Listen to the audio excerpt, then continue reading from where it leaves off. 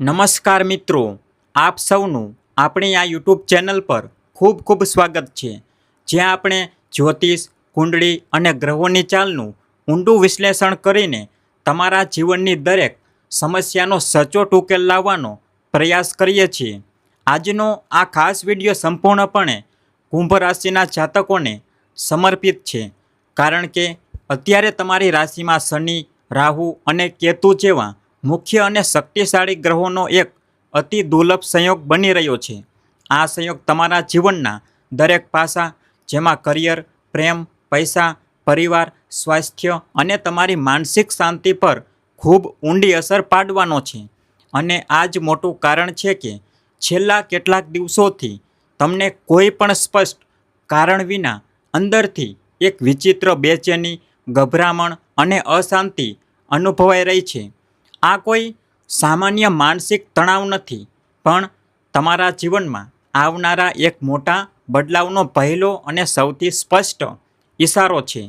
હકીકતમાં બ્રહ્માંડ હંમેશા આવા મોટા ફેરફારો પહેલાં આપણને સંકેત આપે છે, જેથી આપણે માનસિક અને આત્મિક રીતે અગાઉથી તૈયાર રહી શકીએ.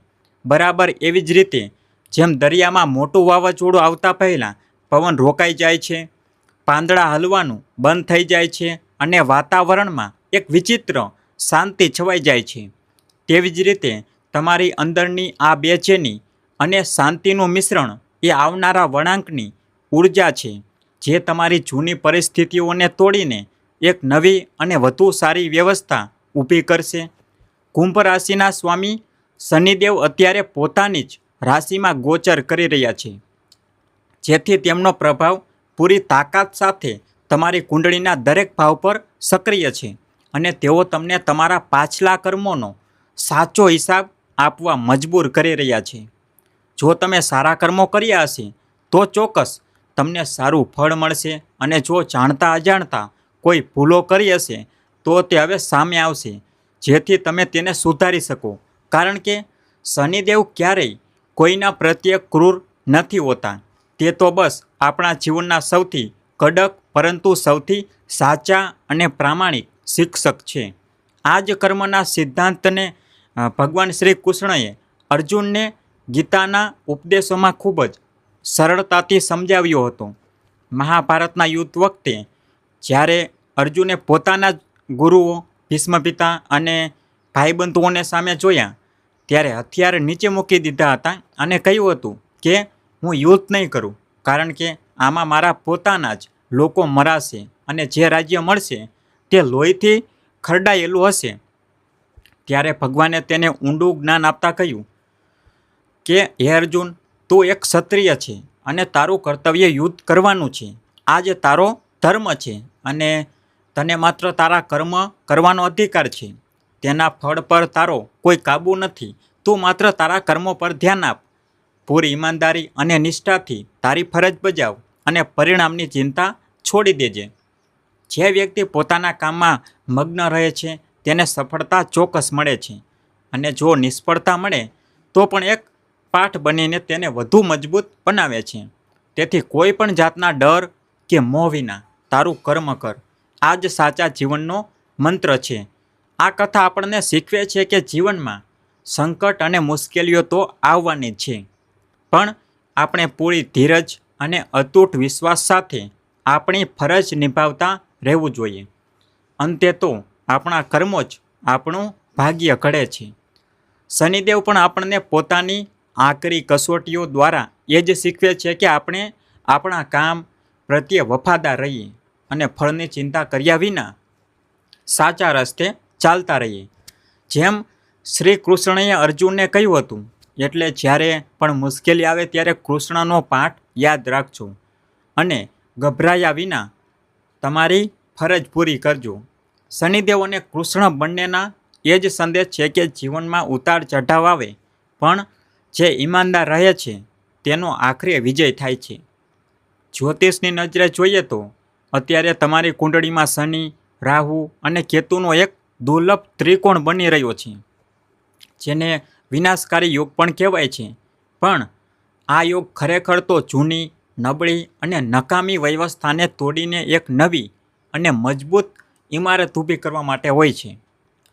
એટલે હવે તમારા જીવનમાં અચાનક એવી ઘટનાઓ બનશે જે તમારી જૂની નોકરી, જૂના સંબંધો, ખરાબ આદતો અને જૂની વિચારસરણીને મૂળમાંથી ઉખાડી નાખશે. શરૂઆતમાં આ બધું તમને થોડું ડરામણું કે અસ્થિર લાગી શકે છે, કારણ કે બદલાવ હંમેશા ડર લઈને જ આવે છે. પણ પાછળથી આ જ બદલાવ તમને મોટી રાહત અને સાચી દિશા આપશે. આ જ એ સમય છે જ્યારે તમને તમારી અંદર છુપાયેલી નબળાઈઓ અને ભૂલોને ઓળખીને દૂર કરવાની તક મળશે. શનિદેવ તમને એ બધી બાબતો બતાવશે જેની તમે અત્યાર સુધી અવગણના કરી હતી. પછી તે સંબંધોમાં બેદરકારી હોય, કામમાં ઓછી મહેનત હોય, સ્વાસ્થ્યની ઉપેક્ષા હોય કે પરિવાર પ્રત્યેની જવાબદારીઓ ભૂલવાની વાત હોય. આ બધું સામે આવશે જેથી તમે સુધરીને એક વધુ સારા અને સફળ માણસ બની શકો. પ્રેમ જીવનની વાત કરીએ તો આ સમય સંબંધોમાં ઘણા ઉતાર ચઢાવ આવી શકે છે. જો તમે પહેલાંથી કોઈ સંબંધમાં છો તો કારણ વગર પાર્ટનર સાથે અંતર, ગેરસમજ અને મનમાં ખાલીપો અનુભવાઈ શકે છે. આ શનિ અને રાહુના મેળાપનું પરિણામ છે, કારણ કે રાહુ ભ્રમ અને અવિશ્વાસ વધારે છે, જ્યારે કેતુ ઉદાસીનતા અને અલગ થવાની ભાવના ઊભી કરે છે. પણ આનો અર્થ સંબંધનો અંત નથી, પણ સુધરવાની તક છે. શનિદેવ સંબંધોમાં ધીરજ અને સમપણ માગે છે. ખુલ્લા અને મને વાત કરશો તો સંબંધ વધુ મજબૂત બનશે. જો સિંગલ છો તો કોઈ જૂની વ્યક્તિ પાછી આવી શકે અથવા નવી વ્યક્તિ સાથે મુલાકાત થઈ શકે. પણ રાહુના ભ્રમથી બચવા કોઈ ઉતાવળિયો નિર્ણય ન લેવો.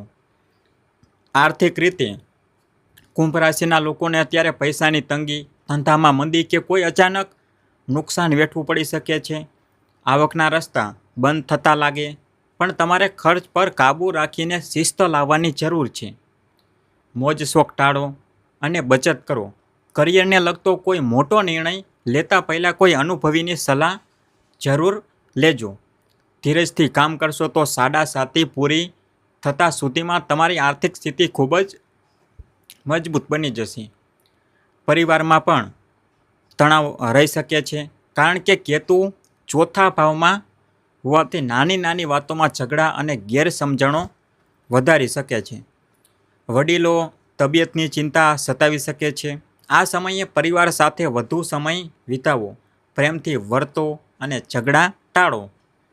હવે એ મોટા વળાંકની વાત કરીએ જે તમારા માટે આવવાનો છે. આ બદલાવ અચાનક આવશે અને શરૂઆતમાં તમને હલાવી દેશે, પણ અંતે તમને તમારી સાચી મંજિલ સુધી લઈ જશે. કોઈ અજાણી વ્યક્તિ, જગ્યા કે કોઈ મોટા સમાચાર સ્વરૂપે આ બદલાવ આવશે. કોઈ જૂનો સંપર્ક કે અજાણ્યા નંબરથી આવેલો ફોન તમારા માટે એક મોટી તક લાવી શકે છે. બસ તમારે જાગૃત રહેવાની અને સાચા સમયે સાચો નિર્ણય લેવાની જરૂર છે. સ્વાસ્થ્યનું ખાસ ધ્યાન રાખવું, કારણ કે શારીરિક થાક, માનસિક તણાવ કે અનિદ્રા જેવી તકલીફો થઈ શકે છે. પૌષ્ટિક આહાર લો, પૂરતી ઊંઘ લો અને યોગ પ્રાણાયામ કરો. હવે એ ખાસ ઉપાયો જાણી લો જે આ કપરા સમયમાં રામબાણ સાબિત થશે. પહેલો અને મુખ્ય ઉપાય છે દર શનિવારે શનિ મંદિરે જઈ સરસવનું તેલ અને કાળા તલ ચઢાવવા તથા શનિ ચાલીસાના પાઠ કરવા. બીજો ઉપાય રાહુ કેતુના પ્રભાવને શાંત કરવા દર બુધવારે ગણેશજીને દૂર્વા અને લાડુ અર્પણ કરી ગણેશ ચાલીસા વાંચવી.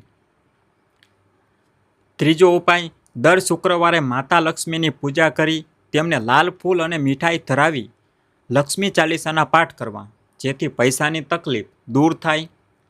અને ચોથો ઉપાય રોજ સવારે ભગવાન વિષ્ણુ અને માતા લક્ષ્મીની સાથે પૂજા કરી તુલસી અર્પણ કરવા અને વિષ્ણુ સહસ્ત્રનો પાઠ કરવો.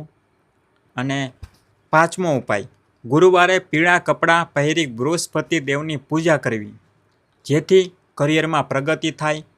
છઠ્ઠો ઉપાય મંગળવાર અને શનિવારે નિયમિત હનુમાન ચાલીસાના પાઠ કરવા.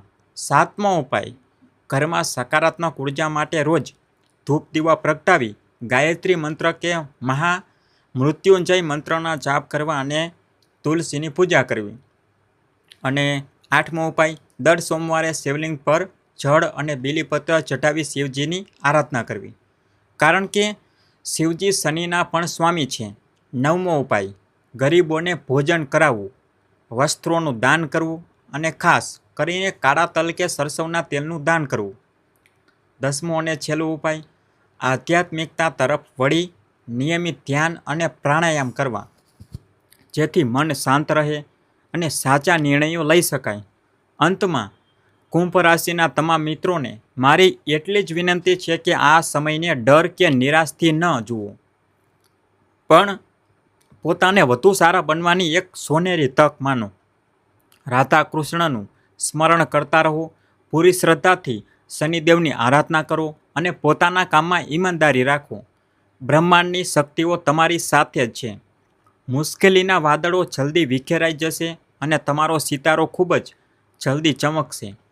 તમારી મહેનત ચોક્કસ રંગ લાવશે. જય શ્રી રાધે કૃષ્ણ. હર હર મહાદેવ. શુભ ભવિષ્ય. ખૂબ ખૂબ ધન્યવાદ.